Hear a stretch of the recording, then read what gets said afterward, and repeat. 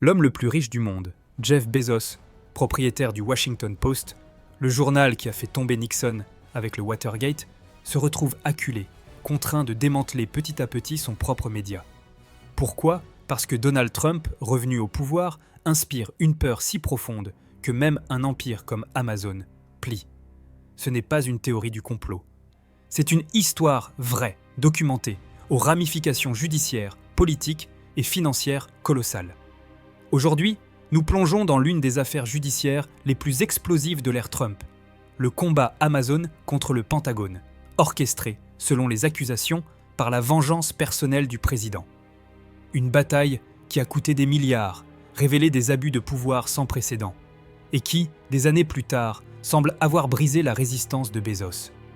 Accrochez-vous, car ce que vous allez entendre change la façon dont on voit le pouvoir en Amérique. Si cette histoire vous révolte ou vous intrigue, cliquez sur « J'aime » dès maintenant, abonnez-vous et activez la cloche pour ne rien manquer de ces enquêtes qui comptent. Allons-y. Remontons le fil du temps, car tout commence bien avant le retour de Trump à la Maison-Blanche en 2025. Nous sommes en 2013. Jeff Bezos rachète le Washington Post pour 250 millions de dollars. À l'époque, c'est vu comme un sauvetage. Le journal perd de l'argent. Mais Bezos injecte des fonds massifs et promet l'indépendance éditoriale. Le slogan « Democracy dies in darkness » s'affiche fièrement en une. Le Post devient l'un des médias les plus agressifs contre Trump dès 2016.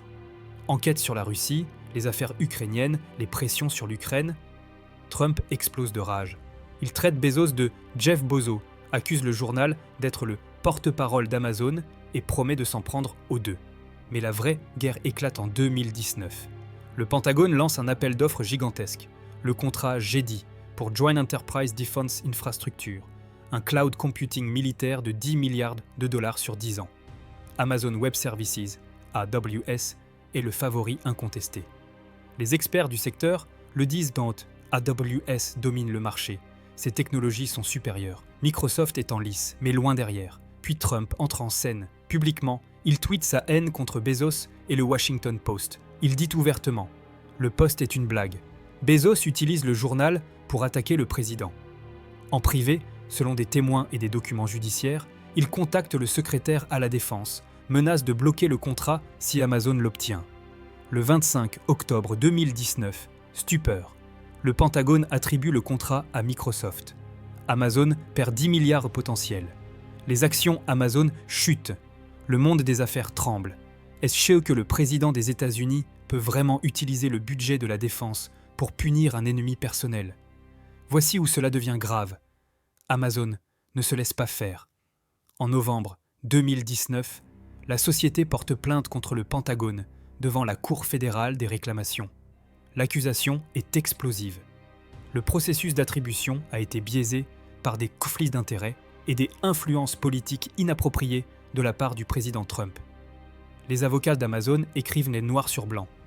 L'animosité bien connue du président Trump envers M. Bezos, Amazon et le Washington Post provient en partie du mécontentement du président face à la couverture du Post. Il demande même, chose rarissime, que Trump soit interrogé sous serment, deposé. C'est historique. Une entreprise privée ose défier directement le président en justice sur un abus de pouvoir personnel.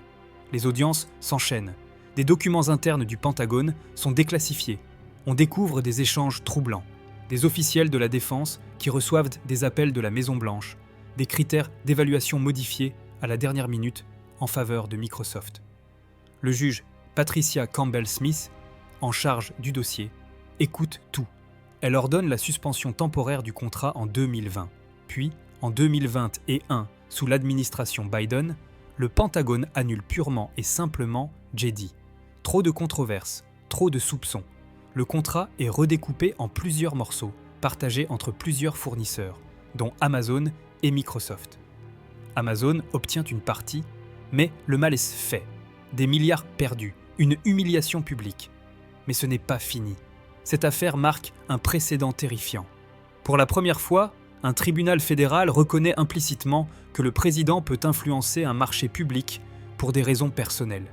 Les juges ne condamnent pas Trump directement. Il bénéficie de l'immunité présidentielle pour ses actes officiels. Mais les faits sont là. L'animosité personnelle a pesé. C'est sans précédent dans l'histoire américaine. Jamais un chef d'État n'avait été accusé aussi frontalement d'utiliser le pouvoir fédéral pour se venger d'un propriétaire de médias. Trump jubilé. Il tweet victoire sur victoire. Amazon a perdu. Bezos pleure. Il se vante d'avoir battu le mec le plus riche du monde. Mais en coulisses, la guerre continue. Le Washington Post poursuit ses enquêtes. Trump relance ses attaques. Fake news. Il promet, dès sa campagne 2024, de nettoyer les médias hostiles. Et quand il revient au pouvoir en 2025, tout change. Bezos, sentant le vent tourner, commence à plier. Il bloque l'endorsement de Kamala Harris en octobre 2024, une décision qui fait annuler plus de 300 000 abonnements. Puis, en 2025, il réoriente la page opinion vers les libertés individuelles et les marchés libres, un virage pro-business qui sent la compromission. Des éditoriaux critiques sont étouffés, des caricatures moquant Bezos et les milliardaires courtisans Trump sont censurés. Et en 2026, le couperet tombe. Un tiers des effectifs du poste licenciés, des bureaux internationaux et sportifs fermés, des centaines de journalistes, dont ceux qui couvraient la Maison-Blanche, mis à la porte. Le journal qui incarnait la résistance au Trumpisme est en train d'être démantelé de l'intérieur. Trump, lui, savoure. Il dîne avec Bezos à Mar-a-Lago. Amazon finance un documentaire à 40 millions sur Melania Trump. Bezos assiste à l'investiture aux côtés du président. La peur a gagné. Et maintenant, regardons les conséquences. Politiquement, c'est un séisme. Si le président peut punir un milliardaire pour la couverture de son journal, qu'en est-il de la liberté de la presse ? Le premier amendement tremble.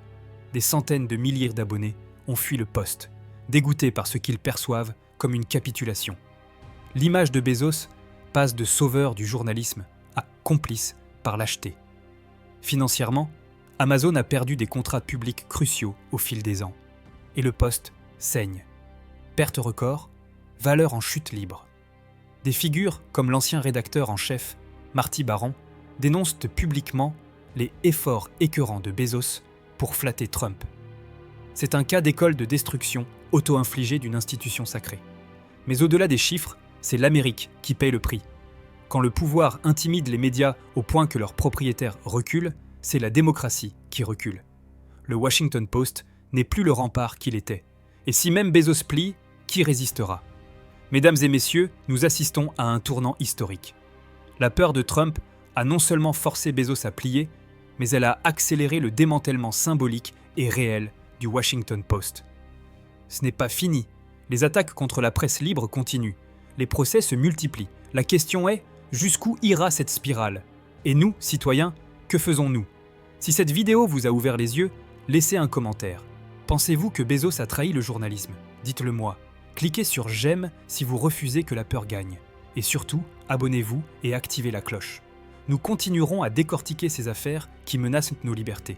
Partagez cette vidéo, parce que l'information ne doit jamais mourir dans l'obscurité. Merci de m'avoir suivi jusqu'au bout. Restez vigilants. La bataille ne fait que commencer. À très bientôt.